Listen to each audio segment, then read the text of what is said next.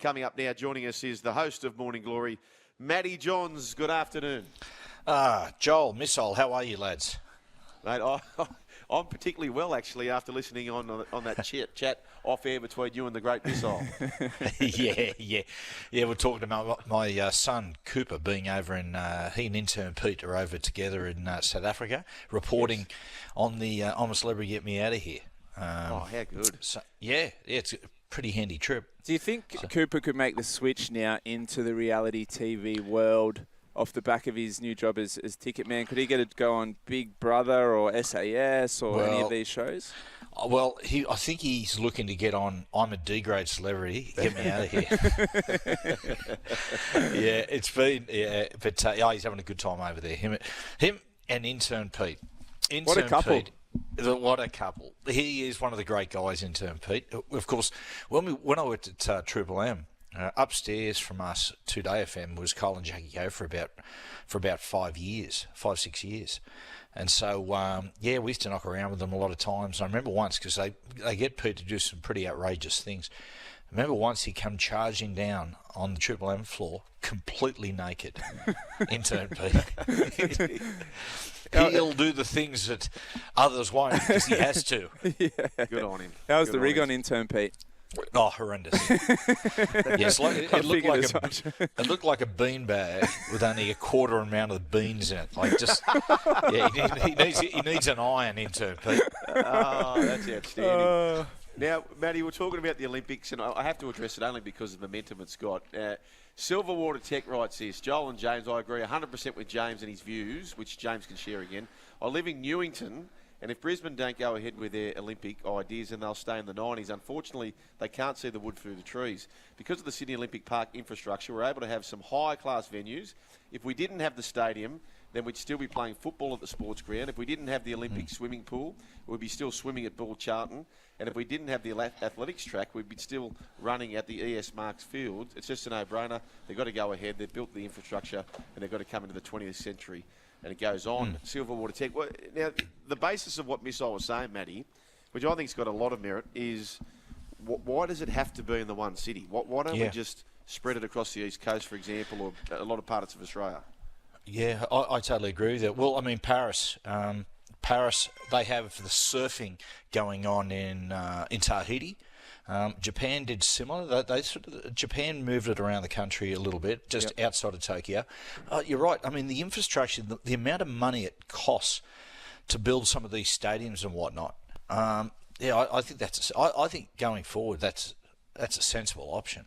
I mean, it does do some. It did amazing. I mean, it was amazing for Sydney, wasn't it? It was incredible, and really, it reinvented Barcelona. Barcelona was a city that was basically falling apart. When they were given the '92 Olympics, they bulldozed, and redid most of the city. So, but in this day and age, I think it says a lot about the Olympics, with the fact that Brisbane were the only ones that bid for it. Yeah, 100%. But even like Missile said about the swimming, so you could so easily. We've got the swimming venue ready in Sydney to go. The cost it would have to make an Olympic standard swimming pool in Brisbane is ridiculous. So why don't they just embrace other parts? But anyway, how's your week been? Well, that's the thing about it too, isn't it, Joel? I mean, with the city, the host city, you've got the opening ceremony, you've got the closing ceremony. You should have the blue ribbon, a lot of the blue ribbon events like the 100 metres and the track and field. But for some of the other, some of the more obscure sports and lesser sports, push them around different venues in the country. How's your week been, Matty? Yeah, it's been good, Joel. It's been good. I mean, plenty going on in the greatest game of all. My God, the story this week has been South Sydney, hasn't it? And Jason Demetrio, the pressure that's building. I mean,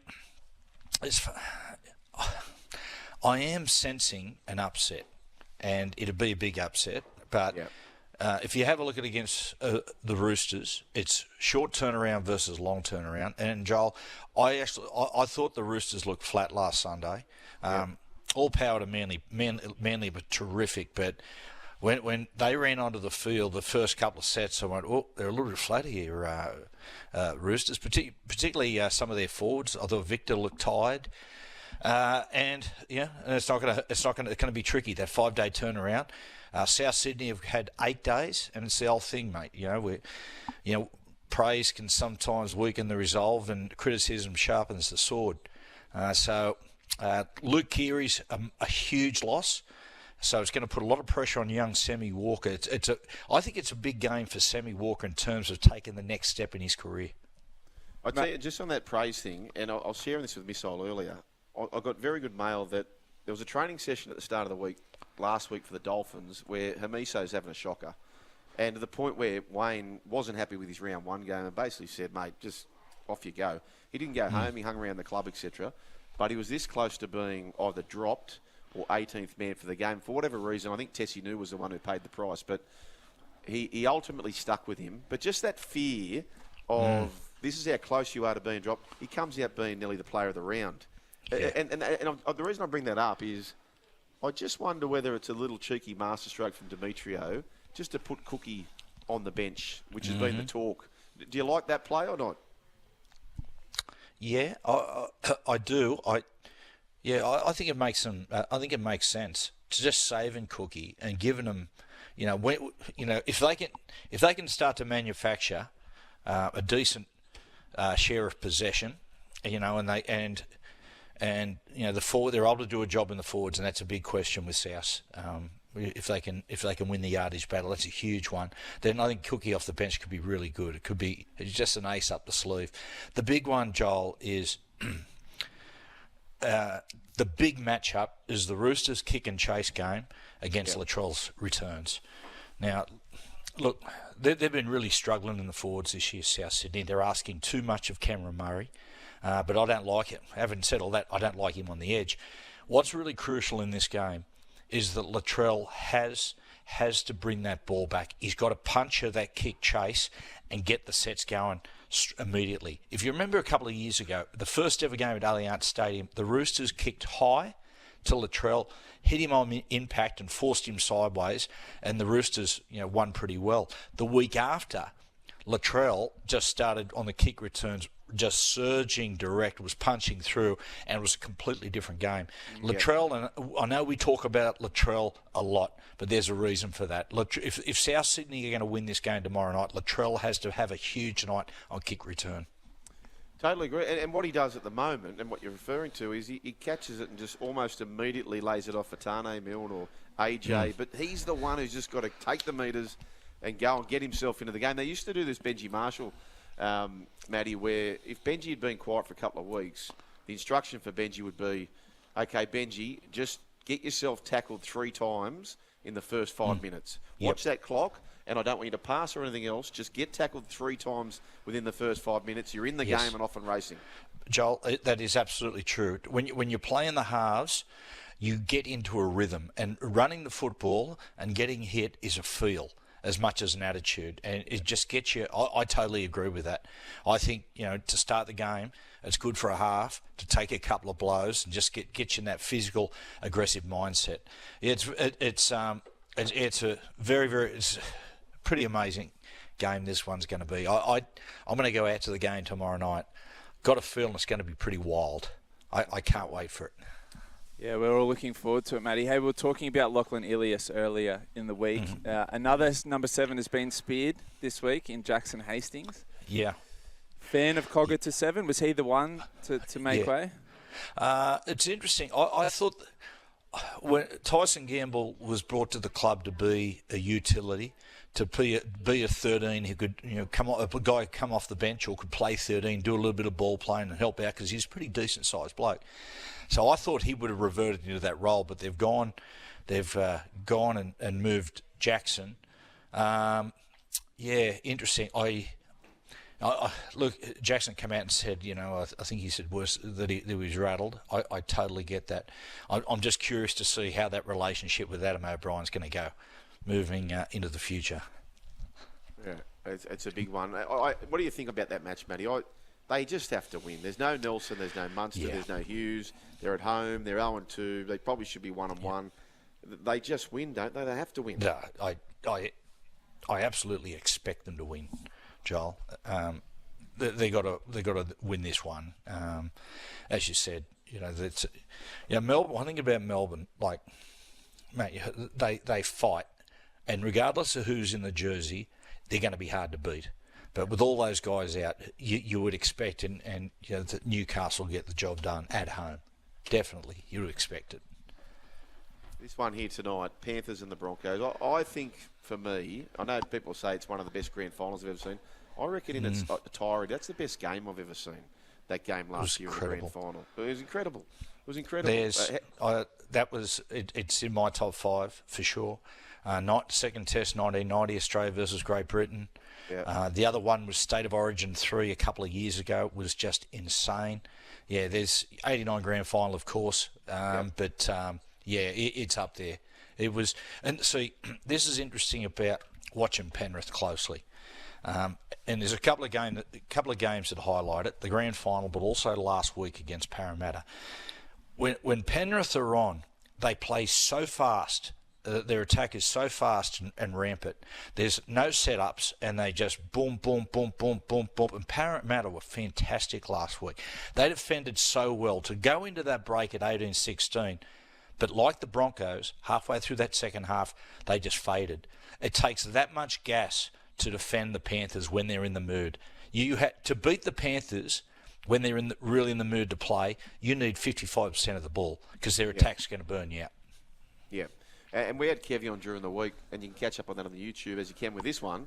And one thing that he was a little bit regretful about was he felt at the end of the game, so you do need 55% of the ball, but you need to play in a daring style, so you need it to stick as well. So you need a few things to go your way. But he felt as though when they got to that big lead, they stopped playing footy. So I reckon tonight, Matty, we're going to see a team who's just, okay, boys, we've got no Payne Haas, we've got no Reynolds. Let's just throw it all out there. I reckon this is going to be guns blazing tonight for the Broncos. Yeah, I think they'll play a fair bit of sideline to sideline tonight. But you're right, and you're right. Joel, can you imagine, like, sometimes you're 63 minutes into a grand final, you're leading like they were, they would go through your mind to say, if you're in the coach's box or you're a player, you go, man, I reckon we can defend this one out. Yes. And you know what it's like when you're in a team, right? And Missile, there's a nervousness that suddenly just runs through a football team. Come on, hold on to the ball. Put it into touch. All this desperate talk instead of just relaxing and playing nice and loosey-goosey. And you know what it's like when you're 24-8 up and all of a sudden Spencer Leniu goes over and it's 24-14. And interviewing Nathan Cleary about a month ago, I said, did you feel the Broncos tighten? And he said, yes. He said, I saw them tighten. And then, of course, Crichton scores that try. And he said once Crichton got that try, he said, I knew we were home. Yeah. I'll tell you a very poor analogy, but it sort of relates to that. I remember sitting one day in the office and I'm opening Mandarin and I'm just flicking the pieces without even thinking about it. They're all just going straight in the bin. And I thought, I've got about 5 in the row here. So then I've turned around with the concerted effort to think about throwing it in. You know what happens? I missed it. You talk yourself out of things, don't you? When sometimes you just, mate, your brain gets in the way. It does. It's like, if it's like saying you get a 1 metre wide plank. You say, righto, Joel, walk 100 metres on it, and you're a metre off the ground. Mate, you can do it blindfolded. However, go 100 metres off the ground, and suddenly it's a completely different story. And here's the thing about righto. I liken this. When I think about this with playmakers, and you're doing stuff with young playmakers, is the mental attitude of the game. You've got to think about the game. You've got to think about scenarios, and you've got to get a certain and feel yourself just basically being able to handle the situation. And what I say to them is this: I said, righto, when you're in a game, the first 50 minutes of a contest, righto, as you're a playmaker, you're playing poker machines. Righto, you're playing the dollar hits on the poker machine. In a tight game, as you start to move to the 60 minutes and the 70 minute in a tight game, mate, it's a completely different sport. You're still gambling, but you're in the high rollers room, and it's completely different. It needs a completely different mindset, and sometimes you'll do things and go, "What was I thinking?" It's so obvious. It's just the pressure of the situation. Yeah. Talking about walking across a plank, Matty, I don't know how this injury happened, but came across my desk during the week.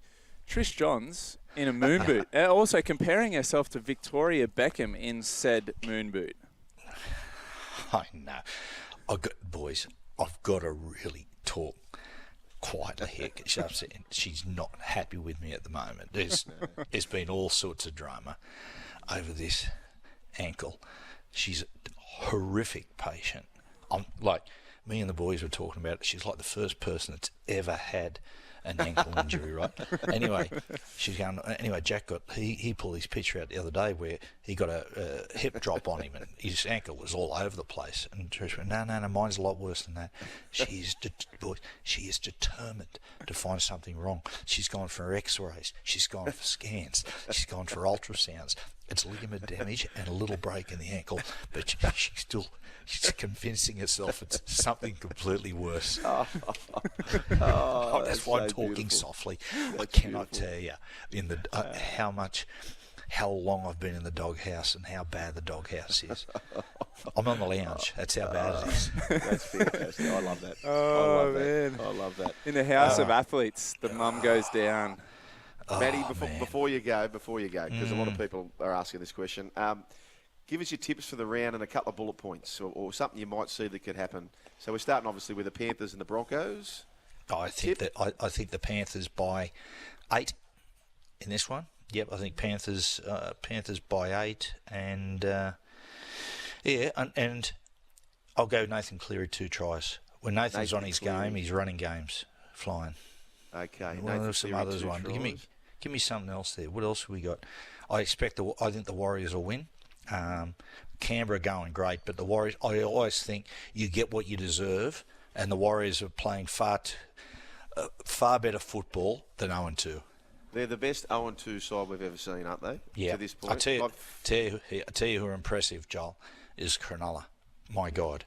See, this is my if you've got a second, this is one of my criticisms about South at the moment, and everyone's into South, but this is my main criticism is that last year when their season went off a cliff, there were so many aspects of their game that was so obvious that I thought that when they went away on the break they would totally recalibrate and they'd come back and they'd fix their game, but the same problems are there. Now you compare that to Cronulla. Cronulla, have been classed as flat track bullies. They struggle in the really big games at the end of the season. They don't have the style. There is no doubt that they've gone away, Fitzy and his key players, and they've just changed so much about how they attack. They're far more physical. They're playing September football now, and that's just the contrast between the two clubs. Their three-quarter line is absolutely flying. How do you see the Rabbitohs? I know you said you could sense an upset, but it feels like Latrell comes out, gets all the Dally M points, South win, Jack Whiten has a starring role, or Roosters in a gallop. It feels like it's got to be one of those two. I can't see the Roosters in a gallop. Those two young halves. I think it's going to be a pretty wild game. Plenty of noise. As I said before, it's a really big night for Sam Walker to take his career to that next level. But it's a very tricky game for the Roosters. And round 3 is the hardest round to pick because round 1 we make all these bold declarations. Round 2 we go, what the bloody hell happened there? Like teams with the Dolphins. Round 3 you go, well, where do we really sit? Dragons and the Cowboys. It's funny that one because, oftentimes say that you get what you deserve. And I think last week the Cowboys, and I like the Cowboys. I love the style of football they play. I particularly love their captain, Tommy Dearden. They should have got beat last week. Newcastle should have won that game. And so, and Dragons were diabolical. Again, we come back to, praise weakens resolve. We saw that in their performance against the Dolphins. And criticism sharpens the sword. So I expect them to be a lot better. So that's an interesting game. Really quick one on Parramatta and Manly. Yeah, this is the game of the round. This is going to be a great game. CommBank Stadium, I imagine it'll be sold out again. Manly are flying that. But look, I was really impressed, as I said before, last week by Parramatta. Even though they got beat, I really like what they've done so far this year. But, man, I like Manly. I like the way their pack's playing. I like Kawatu's just a machine. Brooks is flying. Travojevic is fit. I think Manly. Beautiful. Matty, well done. Have a good show tonight. And, good on you, lads. Oh, We've got Gary by the way. Yeah. Have a Gary Payton tomorrow. Gary Payton tomorrow on the show. Beautiful. In the studio. Yeah. Yes. Beautiful. NBA champion. Well done. Tomorrow Morning Glory with Matty Johns. That's coming up. We look forward to that. Thank you very much, Matty. Have a great show tonight and tomorrow. We'll catch you then. More on the other side of this on the run home with Joel and Fletch, including Dean Watling.